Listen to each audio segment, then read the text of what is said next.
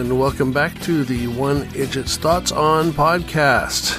As part of the Dog Days of Podcasting, today is August 16th, and this is the 16th day of the Dog Days of Podcasting.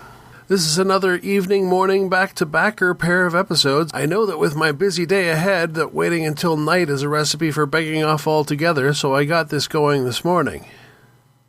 Today is my day off, but as it goes on, my time will be consumed with getting new tires, transporting people around the city, and going to the theater tonight for Iris's premiere. I'm thinking I might not even be driving Uber tonight after that, as the family is invited to the post-premiere reception. I'm guessing we don't even get home from the Playhouse until 11 tonight, so I'd better take advantage of the time I have this morning and get into Gravity Falls, Season 2, Episode 6, Little Gift Shop of Horrors, originally aired October 4th of 2014. A brief summary.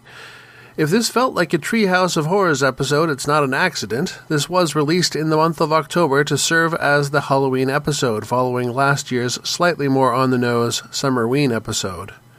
We start out the episode launching straight into the framing device, with ourselves in first-person perspective on Stan inviting us into the shack after we broke down on the road late at night. He makes us offers on a few items for sale. After the amalgamation creature with too many orifices, each item serves as a launch into one of the 3 sub-stories. First up is Hands Off, in which a witch, played by Matt Chapman, curses wristwatches.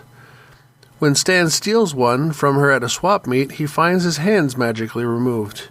He and the twins have to go to the Hand Witch's Cave of Severed Hands to help relieve her loneliness in exchange for the return of his hands. Next up, Stan attempts to sell us waddles, and the segment is A Baconings. Dipper gets a geometric puzzle and struggles to complete it. Meanwhile, Mabel is pretending to host a radio morning show with waddles, complete with a soundboard. Dipper reads in the journal of the Percepshroom, a mushroom which grants expanded brain power if left on the forehead overnight. Dipper mashes it up and spreads it on his forehead, but as he slumbers, Waddles licks it off and eats the rest.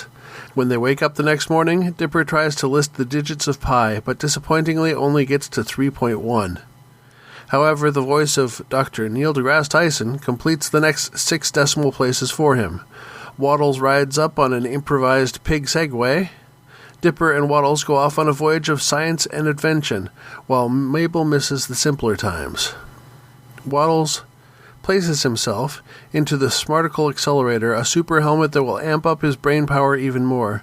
Before he can activate it, Mabel arrives and reminds him of how things used to be. After a brief remember montage, in which Waddles remembers those times, he chooses to use the reverse lever in the accelerator and return to his simpler ways. Last up, Stan offers some scary movies on scary VHS tapes.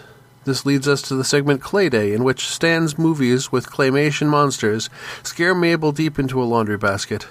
Stan notices the film was originally made in Gravity Falls, so they go to the movie creator Harry Claymore's house to see the original models and get Mabel past the phobia.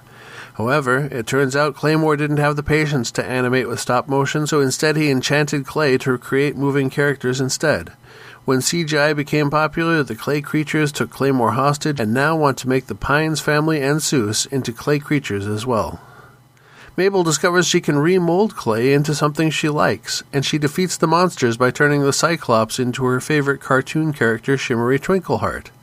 In the end of the framing device, Stan, having failed to sell us anything, drugs us and puts us in a display case labeled the Cheapskate. Very cartoonish. Gosh darn it, Shimmery Twinkleheart is very cartoonish. And my favorite line... I'm sorry, Mabel. There is more to life than making fart noises and laughing at those fart noises. I see that now. Yeah, you guys. Just go on without me. Who is? I will, of course, note that is Dr. Neil deGrasse Tyson, celebrity astrophysicist, as the voice of Smart Waddles that gave us that insight just now. I'd like today to take a brief look at the director of this episode, Stephen Sandoval. Not to be confused with Stephen Sandoval, TikTok celebrity, Stephen Sandoval, Chicago chef, or Stephen Sandoval, MD, burn unit surgeon. Biographical information is actually a bit scant for Stephen. He clearly prefers to work behind the scenes for the most part. His personal website states, "Marooned on this planet as an infant, the work of lifelong artist Stephen Sandoval has been shaped by three adopted human passions: science fiction, comic books, and American pop culture. In order to assimilate in plain sight of Earth's inhabitants, Stephen is currently a co-executive producer at Disney Television Animation." Stephen's work with Gravity Falls includes work in the art department, working storyboarding, and 5 episodes as director, including the series finale. According to the Gravity Falls wiki at fandom.com, Stephen Sandoval was born in Fresno, California, and graduated from Fresno City College. His first IMDb credit appears to be as an art coordinator for an episode of Quack Pack in 1996, and from then he has worked primarily as a storyboard artist when he is in the art department, often on shows that he has later also been a director or producer on. He started out working storyboards for single episodes on titles like Animaniacs, Family Guy, and Hey Arnold. He worked 19 episodes of the Cramp Twins and did work for the Simpsons movie.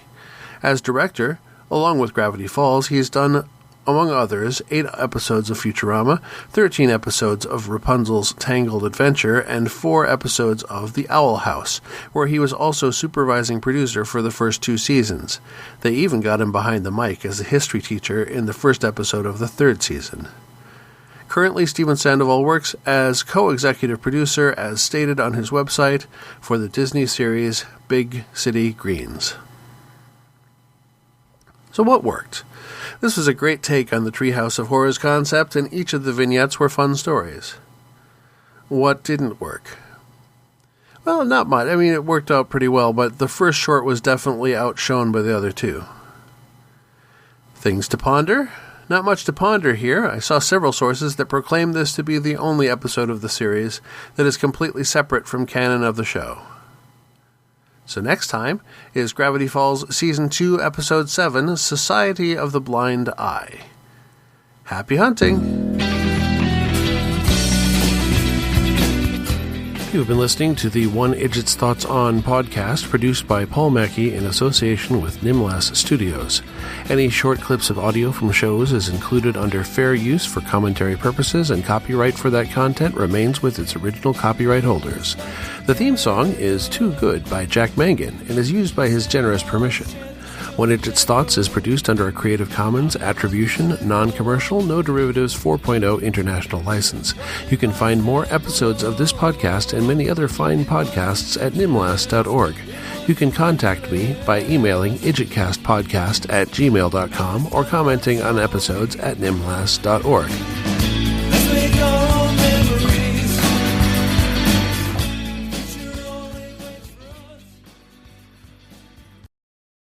At least he has the decency to scratch exclusively with one hand and shake with the other.